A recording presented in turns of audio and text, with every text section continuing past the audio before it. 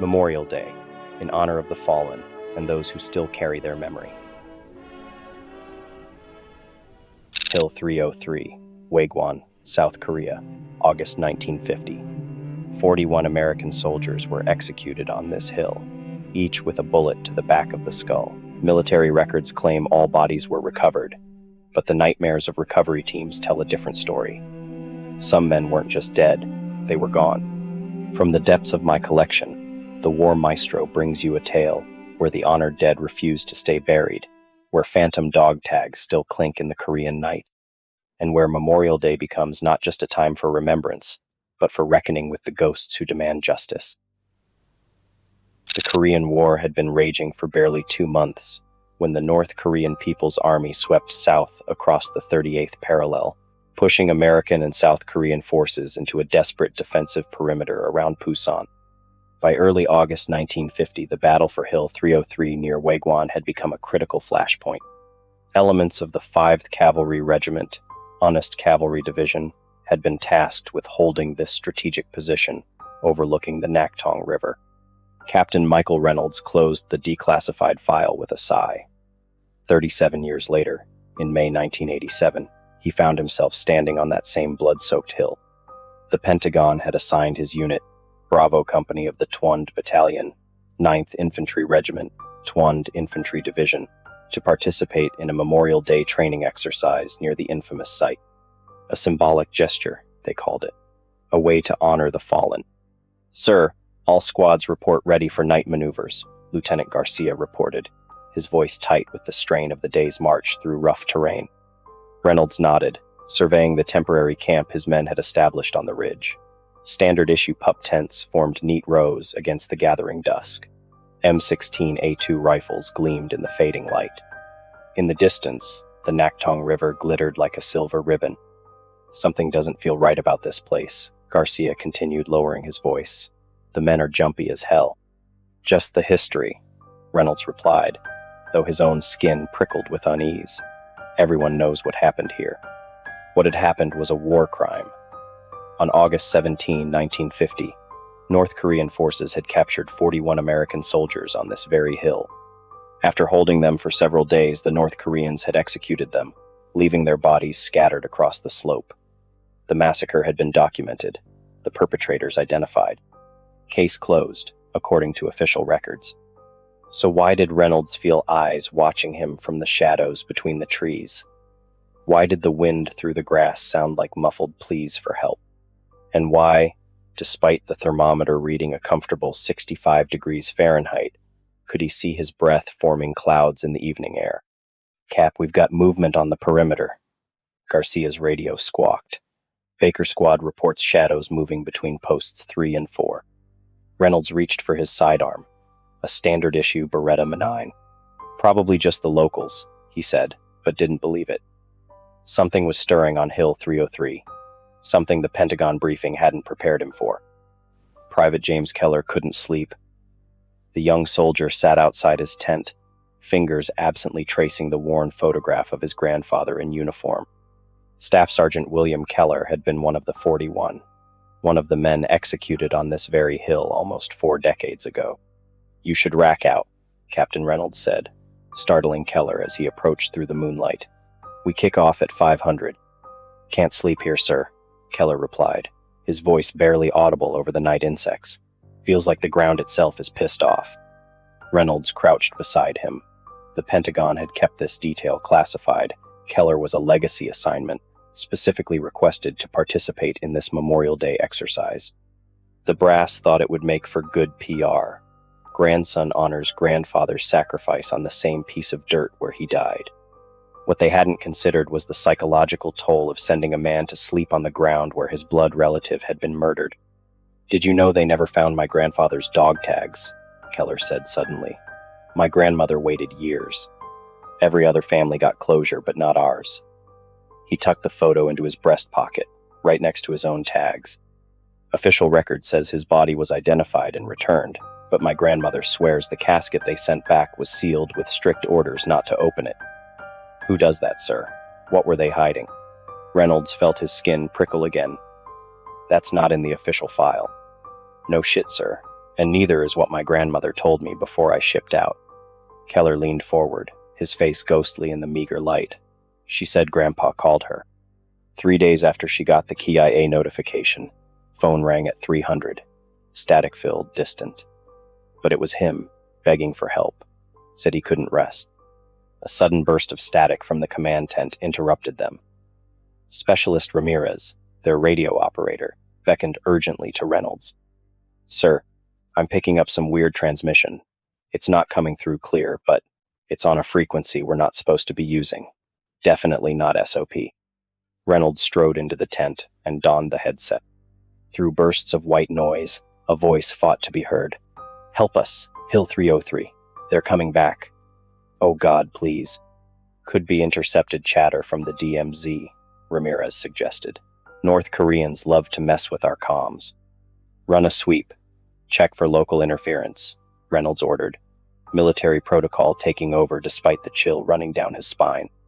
When Reynolds turned to question Keller, the private's face had gone completely white. "That's my grandfather's voice," he whispered. "I've heard those exact words before." From the dark edge of camp came the sound of metal striking metal, rhythmic, deliberate, like dog tags clinking together, as invisible soldiers marched through their perimeter. The remaining hours of night passed in tense silence.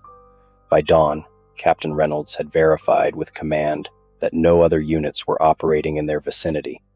The transmission remained unexplained, officially attributed to atmospheric interference picking up old radio signals, a bullshit explanation that no one believed but everyone accepted. No one voiced the obvious problem. Radio signals from 1950 used entirely different frequencies and encryption protocols. As the platoon began their scheduled patrol at first light, a heavy fog clung to the hillside, reducing visibility to less than 20 feet.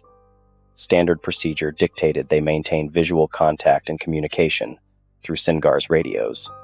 Reynolds checked his watch. 547 hours. The same time, military records noted that the North Korean troops had begun executing their prisoners. "Movement, 2 o'clock, whispered Sergeant Miller, the point man, his M16A2 rising to ready position, distance 50 meters, multiple tangos. Reynolds signaled a halt with a closed fist. Through his Steiner binoculars, he could make out shadowy figures moving through the mist about 50 yards ahead. Their silhouettes were wrong. They weren't wearing Pasquet helmets and modern combat gear, but older Monet steel pot helmets, and carrying what looked like Monet Garand rifles. "What the hell?" Miller muttered. "Those aren't Norks or Rock forces, and nobody uses Garands anymore." "Sir?" Lieutenant Garcia's voice cracked slightly over the tactical radio. "I'm reading heat signatures where there shouldn't be any. Multiple targets, but they're cold, showing up as blue, not red, on thermal. Flare's gotta be malfunctioning." The thermal imaging couldn't be trusted. Reynolds switched to night vision but found only swirling mist. The figures remained visible only to the naked eye, a tactical impossibility that twisted his gut. A sudden burst of gunfire erupted ahead of them, but with a hollow, distant quality. The muzzle flashes illuminated the fog without dispersing it. Reynolds heard the distinctive rattle of PPS-41 submachine guns, Soviet-made weapons used by North Korean forces in 1950, not 1987. None of the platoon reported impacts or ricochets. It was as if they were watching footage of a firefight, rather than experiencing one. "Hold position," Reynolds ordered, but Keller had already broken formation, sprinting forward toward the sounds. "Private, fall back, that's a fucking order," Reynolds shouted, but his voice seemed swallowed by the fog. As Reynolds pursued, the mist momentarily cleared, revealing a scene that froze his blood. Kneeling in a line on the muddy ground were American soldiers, hands bound behind their backs with communication wire. Behind them stood North Korean troops in olive drab uniforms, their PPS-41 submachine guns aimed at the back of each prisoner's head. Neither group seemed solid. Reynolds could see the trees behind them through their forms. Then Keller screamed, not in fear, but in recognition. "Grandpa!" he called out to one of the kneeling figures who turned, impossibly, to look directly at them. The bound soldier's eyes widened in shock or recognition before his form was obscured by a muzzle flash and a spray of blood that dissipated like mist. The ghostly images vanished as suddenly as they had appeared, leaving Captain Reynolds and his men standing in empty fog. Keller remained frozen, staring at the space where his grandfather had been moments before. His combat knife was drawn, though he didn't remember unsheathing it. "Jesus Christ," Lieutenant Garcia whispered, his voice tight. "Cap, what the hell did we just see?" "I don't know," Reynolds admitted, military bearing momentarily cracked by what they'd witnessed.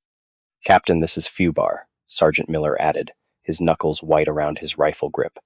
"We all saw that, right? All of us?" Reynolds nodded grimly. "Document everything. Standard after-action reports. No speculation, just observations."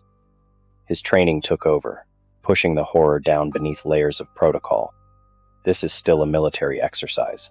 Until we get evac orders, we maintain discipline." Back at camp, Reynolds contacted headquarters, requesting information about anomalous events previously reported near Hill 303. The response came after an unusually long delay and was suspicious in its brevity. "No abnormal incidents on record. Complete scheduled training and return to base. Do not deviate from mission parameters." "Bullshit," Reynolds muttered, signing off. The military didn't send rapid response dismissals unless they were covering something up. 17 years in the service had taught him to recognize a stonewalling when he saw one. Dr. Park, their Korean liaison and cultural advisor, approached Reynolds as he studied topographical maps of the area. The elderly man's face was drawn with concern. "Captain, the local villagers refuse to guide our supply trucks up the hill," Park said, his accented English precise but troubled. "They say tonight is when the ghosts walk. The anniversary of the day when the souls became trapped." "Trapped?" Reynolds questioned, remembering the spectral execution they'd witnessed. "What do you mean?" "Korean belief says violent death can trap spirit between worlds," Park explained quietly. "These American soldiers, they died far from home, with no proper rituals. The villagers say they have been reliving their execution for decades, waiting for someone to witness their story and release them." Reynolds would have dismissed such superstition 24 hours ago, but couldn't ignore the chill that ran through him now. He found Keller sitting alone on an ammunition crate, scribbling frantically in a small green pocket notebook. "I remember things I shouldn't know," Keller said without looking up. His handwriting had changed, becoming the tight, slanted script of an older generation. "They marched them up this hill on August 14th. Kept them for 3 days without water. Made them dig holes first. Told them it was for latrines, but it was for graves. Forced them to watch as they shot the wounded first." "Keller, that information isn't in any declassified report," Reynolds said slowly. "How could you possibly know these details?" "He's telling me." Keller finally looked up, his eyes reflecting something ancient and desperate. "They're all telling me. Their story was never fully told. The military covered parts up, something about a failed rescue attempt, something about men left behind who should have been saved." Outside, the fog began to thicken again as darkness fell, and with it came the distant sound of marching feet. As dusk approached, the temperature dropped abnormally. Reynolds ordered extra sentries posted and maintained radio contact with each patrol. The fog had thickened again, muffling sounds and distorting distances. Several men reported hearing whispers in English coming from empty sectors of the perimeter. "6 actual. This is checkpoint 3, came Corporal Wilson's tense voice over the radio. "Something's moving out here, sir. Can't get a visual, but I swear to God I hear dog tags clinking." "Hold position. Do not engage," Reynolds replied. "Backup's on the way." Before Reynolds could dispatch reinforcements, Sergeant Miller's voice cut through on a different channel. "Sir, we found something. You need to see this. Grid coordinates Charlie Echo 7. Reynolds followed the sergeant's coordinates to a shallow depression about 50 yards from their camp. The ground had recently been disturbed, the soil loose and dark. Miller and 2 privates stood around it, their flashlights illuminating what appeared to be a rusted dog tag half buried in the dirt. "There's more, sir," Miller said, his voice unnaturally tight. He directed his beam towards several similar depressions nearby. "All with these, and they weren't here this morning during recon. Ground was flat, I swear on my stripes." Reynolds knelt and carefully extracted the corroded metal from the earth. The damp soil released it with a sound like a soft gasp. The imprinted information was still legible, despite decades of exposure. Keller, William, J. 13,274,692.42 pos. The dog tags that had never been recovered, according to Private Keller's account. "Get Keller," Reynolds ordered, but a voice behind him made him start. "I'm already here, sir." Private Keller stood at the edge of the depression, his face ashen in the harsh artificial light. So were they. Reynolds turned. Surrounding them in a loose circle stood the ghostly forms of American soldiers, some still bearing visible wounds from their execution. Their uniforms were dirty and torn, their faces gaunt from dehydration and fear. They made no sound, but their eyes followed every movement of the living soldiers. "Jesus Christ," Miller whispered, his rifle coming up instinctively. "Stand down," Reynolds commanded. "They're not. They can't hurt us." One Spectre stepped forward, a staff sergeant with a weathered face that mirrored Keller's. The resemblance was undeniable, the familial connection visible across generations. He pointed insistently at the disturbed ground, then at Keller's notebook. "They want me to dig," Keller said with certainty, already dropping to his knees beside the depression. "And they want me to write." Before Reynolds could intervene, the entire hillside erupted with the sound of gunfire. Not the hollow echoes from before, but immediate and deafening. Muzzle flashes lit the fog all around them. Men screamed in Korean and English. Through the chaos, Reynolds saw his soldiers falling, clutching wounds that weren't physically there but somehow still registered as pain. "Contact! We're taking fire!" Miller yelled, dropping into a defensive position against a phantom enemy. "Negative, negative," Reynolds shouted into his radio. "No actual contact. Do not return fire. Repeat. Do not return fire." But the men couldn't hear him through their own screams. Some fired wildly into the fog, their training overcome by primal fear. Others dropped their weapons and clawed at invisible wounds appearing on their bodies, bleeding cuts and bruises forming from nowhere. Then silence fell again, sudden and complete. The apparitions had vanished. Reynolds conducted a frantic head count. Everyone was physically present, though many bore inexplicable injuries that matched wounds inflicted during the Hill 303 massacre. But Private Keller was gone, leaving behind only his helmet and a single dog tag in the freshly disturbed earth. "Search the entire perimeter," Reynolds ordered, his voice steady despite the churning fear in his gut. "No one rests until we find Keller." For 3 hours, Bravo Company combed the hillside, using night vision gear and thermal scanners. The fog made the search nearly impossible, seeming to shift and thicken wherever they turned their attention. The men moved in tactical formation despite their fear, weapons at the ready against enemies both tangible and spectral. "Sir, we've got a problem," Lieutenant Garcia reported, returning from the eastern slope. "The men from 3rd Squad, they're seeing things. Mason swears he saw his dead brother from Desert One. Richards is talking to someone who isn't there." Reynolds had noticed it too, the gradual breakdown of perception among his men. They reported disorienting phenomena, compasses spinning wildly, radios picking up fragments of old military communications. The distant sound of American voices singing, "God Bless America," with cracking voices. The hill was bleeding memories, not just of the massacre, but of every soldier's personal ghosts. "Keep them together. No one goes anywhere alone," Reynolds ordered.